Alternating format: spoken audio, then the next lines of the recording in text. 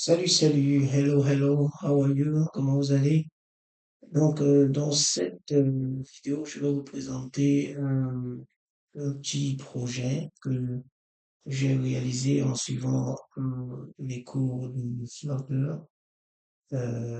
So I would like to present to you one project that I've realized uh, by just following a course on Flutter. Uh, this this video will serve as a portfolio just to trace my evolution on the web development, mobile development. Donc, cette vidéo servira de portfolio pour tracer mon évolution dans mes recherches et mes études sur le développement mobile. Parce que c'est important de garder les preuves de ce que vous avez appris à faire, de ce que vous savez faire. Because it's important to keep a trace, to keep track of what you have learned and what you are able and capable to do. C'est une vidéo que je mettrai sur LinkedIn. I will put that video on LinkedIn, and it will serve also as a showcase of what I'm doing when I'm in my private um, area. Okay, so this project is about a car choice.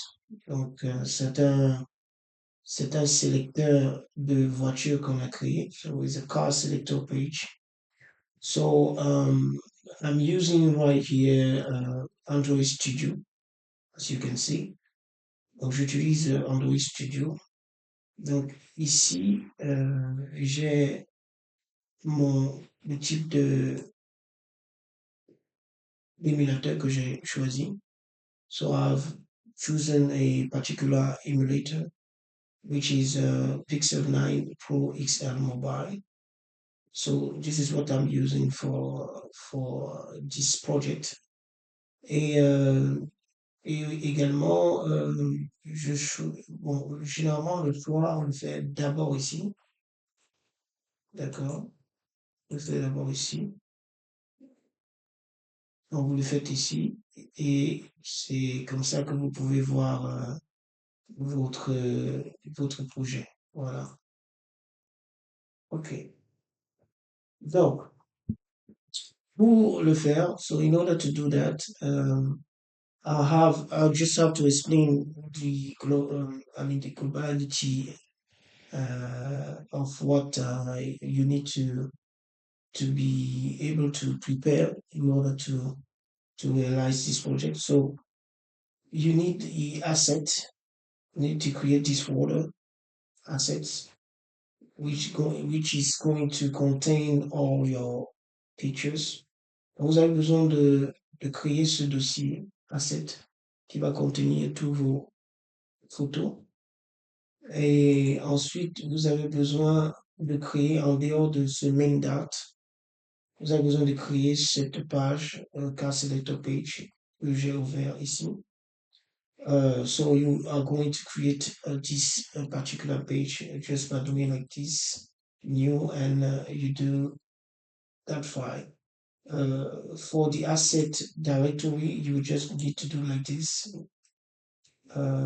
new, and then directory, and then you name it the way I name it assets. Alright. Donc, une fois que vous avez créé votre page, dans le metadata, vous n'allez pas mettre grand-chose.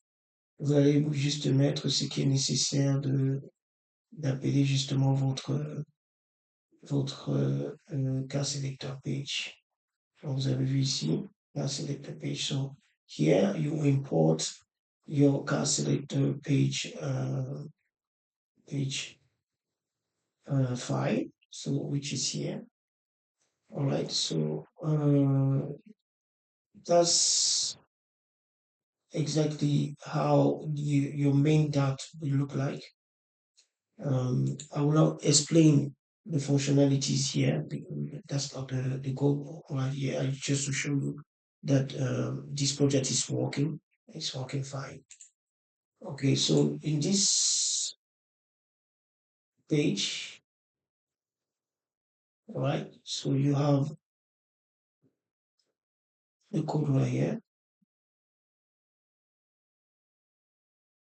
Okay, so this is the code. Let me scroll it all the way up. So this is the code. Donc, voici le code. Voici le code depuis le début. Donc, je vais rouler rapidement jusqu'à la fin pour que vous ayez une idée de comment, à quoi il ressemble. Voilà. Donc, voici le code de Car Selector page.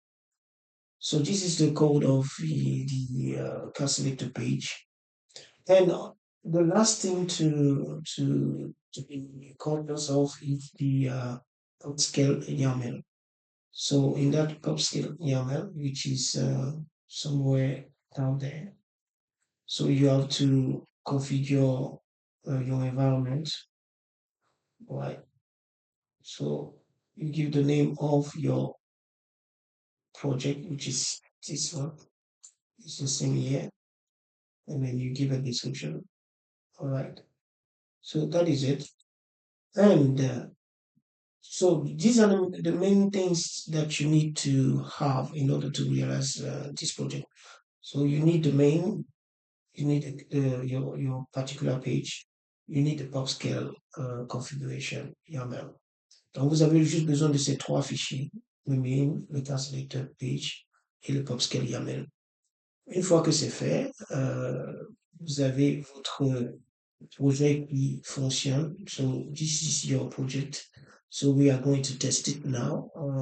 Nous allons le tester maintenant. Donc, il s'agit de sélectionner. Donc, je vais, par exemple, donner mon nom André. Je vais placer là. Voilà.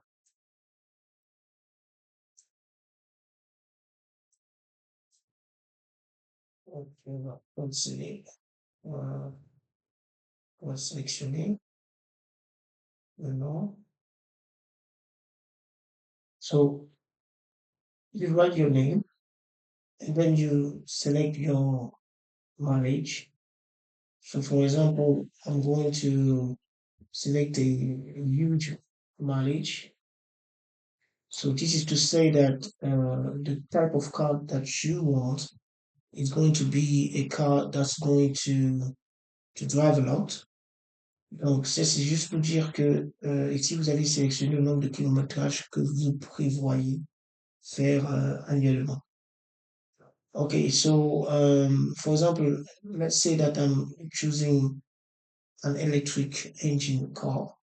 Donc, imaginez que je sélectionne un moteur électrique et que je prévois faire un nombre de kilométrages assez élevé.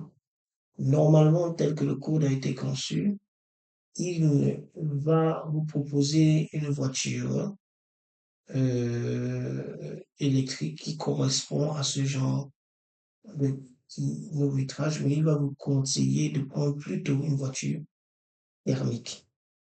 Donc, là, j'ai sélectionné le kilométrage, j'ai sélectionné le moteur. So I've selected mileage, the engine. And then you have this area where you choose the number of seats. So, for example, I'm going to choose 7 seats. Donc, je vais sélectionner le nombre de places ici. Ici, c'est les options. Vous voulez un GPS ou une caméra. OK. Maintenant, je vais valider. On verra ce qu'il nous dit. Voilà. Donc, il vous dit, bienvenue André. Donc, André, voici la voiture faite pour vous. Voilà, la voiture faite pour nous. Et il dit que c'est une VW qui nous faut. D'accord? Pour ce genre d'options. So this the kind of car that is offering us, depending on the options that you choose. So this is how it works. So we are going to do another example. Let's say I want to take a small marriage, and then I just say, okay, I don't want electric car. I want a thermic car.